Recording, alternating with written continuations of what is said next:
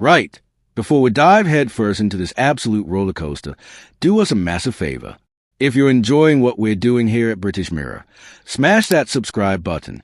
Seriously, over 94% of you haven't subscribed yet. It's completely free, takes about 2 seconds, and honestly means everything to us. Cheers if you've already done it. Right then, back to the show. Picture this. It's 1969. The Beatles are still together. Man has just walked on the moon. And a chap named David Attenborough, long before he became the soothing voice telling us about penguins and polar bears, is commissioning what will become one of the most prophetic television series ever made. Not a documentary about wildlife, mind you, but about civilization itself. And here's the kicker. This 56-year-old program might just hold a blueprint for saving modern Britain from complete and utter collapse. No pressure there. Keir and Kemi. Sir Kenneth Clark, an art historian with more knowledge in his little finger than most of us accumulate in a lifetime, created Civilisation, 13 episodes exploring Western Europe's greatest achievements and ideas, art and architecture.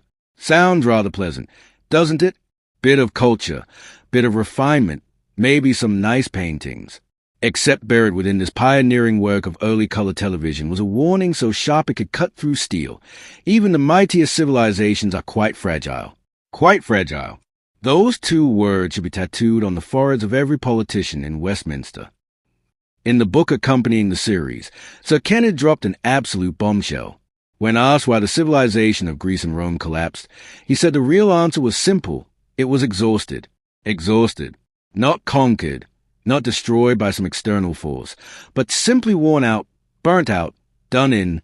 And if that doesn't send an absolute shiver racing down your spine whilst you're sitting in modern Britain, you're either not paying attention or you've got nerves of titanium. Because here's the thing about Britain today. We've become a nation of street corner horror story swappers. Seriously, neighbors literally stop each other on the pavement to share tales of how nothing works anymore. It's like a national hobby. Except instead of collecting stamps or playing football, we're collecting examples of institutional failure. Charming stuff. Let me paint you a picture that'll feel disturbingly familiar. Someone's elderly mother has been waiting in accident and emergency for 7 hours. 7 hours. That's nearly a full working day spent on a plastic chair under fluorescent lighting, watching the clock tick whilst in pain. Or perhaps it's a story of the operation that was scheduled 6 months ago, only to be cancelled the night before because there aren't enough beds, or staff, or some other resource that a functioning health service should absolutely have. These aren't horror stories from some dystopian novel. This is Britain in 2025. And don't even get me started on the railways. Oh, the railways. That grand Victorian achievement that once made Britain the envy of the world. Now you need to book months in advance if you want a fare that doesn't require taking out a second mortgage. And even then, even after you've paid through the nose, you'll spend the entire journey in a state of low-level dread, waiting for that dreaded announcement, rail replacement bus service. Those 4 words can ruin anyone's day faster than you can say privatization. But wait, there's more, because the exhaustion Sir Kenneth warned about isn't just about broken services. It runs so much deeper than cancelled trains and overflowing hospitals. It's the bone-deep weariness of people who are working flat out, giving everything they've got, and still facing the grim reality that they'll never have a comfortable retirement. Remember final salary pension schemes? Those beautiful, generous arrangements that meant you could actually look forward to your golden years? They vanish from the private sector like snow in summer. Financial experts, bless them, keep issuing warnings that millions upon millions of us will struggle to make ends meet when we're older. Brilliant. Absolutely brilliant. Sir Kenneth had words for this too, the absolute prophet. He warned of exhaustion combined with a feeling of hopelessness which can overtake people even with a high degree of material prosperity. Even with material prosperity. Because that's a truly insidious bit, isn't it? Britain isn't technically poor. We're still one of the largest economies in the world. But prosperity means absolutely nothing if ordinary people can't feel it, can't benefit from it, can't build a decent life with it. Now, here's where things get properly uncomfortable. This weariness, this exhaustion, it's being turbocharged by something even more corrosive, the widespread belief that Britain is in terminal decline. Go on, type British malaise into any search engine. I'll wait. What you'll find is a veritable smorgasbord of articles detailing our productivity crisis, the stagnation of wages since the financial crisis back in the late 2000s, and the spectacular failure of the economy to grow. It's like reading Britain's obituary whilst we're still technically alive.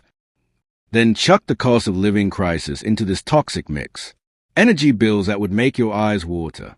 Electricity costs so astronomical they're not just hurting families, they're actively holding back British industry.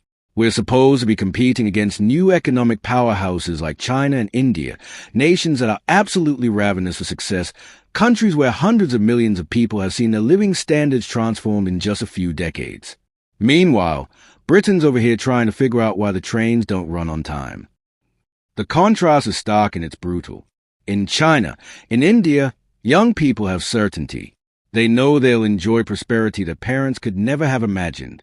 That fusion of personal ambition, national pride, and being part of something bigger than yourself, that's rocket fuel for progress. That's what powers nations forward. Britain used to have that. We invented that. Now we're running on fumes. And speaking of young people, let's talk about the housing market, shall we? Actually, let's not call it a market because that implies some sort of functioning system. What we have is a spectacular catastrophe. Not so young Britons, people well into their 30s, cannot afford a grim two-bedroom flat, never mind a terrace house with a garden where they might raise a family. The property-owning democracy, that cornerstone of British society, is crumbling. When people can't buy homes, they can't put down roots. When they can't put down roots, communities fracture. It's all connected. Here's a fact that should terrify every politician from Land's End to John O'Groats. When hard work isn't a springboard to prosperity, when young people genuinely fear they'll be worse off than their parents, a country is in serious trouble. Not mild trouble. Not bit of a sticky wicket trouble. Proper, existential, civilization-ending trouble. Because once citizens conclude the country is broken, their confidence collapses. Confidence in Britain as a place of fairness and opportunity. Confidence in their own potential to earn a decent standard of living. Once that confidence goes, everything else follows. Labour has been in power for 18 months. They had time to implement policies, establish enforcement priorities, allocate resources, and the numbers are worse than ever. At what point does this takes time become an admission of failure rather than a request for patience? The Border Security, Asylum and Immigration Act that became law in December introduces new criminal offenses and counter-terror-style powers to crack down on smuggling gangs. That sounds impressive until you realize that we already had laws against people smuggling. We already had enforcement powers. The problem has never been lack of legal authority. The problem is lack of political will to use the authority we have, lack of resources devoted to enforcement, and most fundamentally, lack of an effective deterrent that makes crossing the channel in small boats an unattractive option for migrants. Home Secretary Shabana Mahmood's November announcement of the most significant changes to our asylum system in modern times also deserves scrutiny. The reforms, inspired by Denmark's system, would make refugee status temporary with reviews every 30 months, and refugees would wait 20 years for permanent settlement instead of 5. That's genuinely tougher than current policy, and it sparked backlash from Labour MPs who called it shameful and accused the government of echoing Farage's rhetoric. But here's the thing, those reforms haven't been introduced in legislation yet. They are just announcements, promises of future action. And even if implemented, they don't address the fundamental problem of people arriving illegally in the first place. The criticism from Labour MPs that these reforms echo Reform UK is also revealing. It shows that Labour is internally divided on immigration, with the progressive wing viewing any enforcement or restriction as right-wing and shameful, whilst the government tries to appear tough to voters who elected them partially on promises to control immigration. That internal tension makes coherent policy impossible. You end up with rhetoric that sounds tough to reassure voters, combined with implementation that's weak because your own backbenchers rebel against anything genuinely restrictive. Conservative leader Kemi Badenoch's argument that these measures don't go far enough and that leaving the European Convention on Human Rights is necessary represents a tougher end of the political spectrum. Both Conservatives and Reform UK want to quit the ECHR, viewing it as a fundamental obstacle preventing effective immigration control. Labour insists they won't leave but will seek to adjust how immigration cases are interpreted in UK law, which sounds like having your cake and eating it too. You can't remain bound by a treaty whilst interpreting it so differently that you're effectively ignoring it. Either the ECHR constraints matter or they don't. Deputy Prime Minister David Lammy meeting ECHR member states to discuss reforming the treaty to address illegal migration is theatre. The ECHR is not going to fundamentally change its human rights protections because Britain is frustrated with immigration consequences. Other member states don't share Britain's small boat problem to the same degree and have no incentive to weaken human rights protections that they value. This diplomatic outreach will produce nothing of substance whilst allowing Labour to claim they're exploring all options short of actually leaving the treaty. Now let's talk about the one-in, one-out returns deal with France that Farage calls a farce. Under this pilot scheme, people arriving in the UK by small boat can be detained and returned to France in exchange for an equivalent number coming through safe and legal routes. As of mid-December, 193 migrants had been sent back to France and 195 had arrived under the deal. So it's basically a one-to-one exchange with no net reduction in numbers. Worse, there have been cases of migrants being returned to France under the deal, then crossing again and being caught, requiring a second deportation. How exactly is that a deterrent?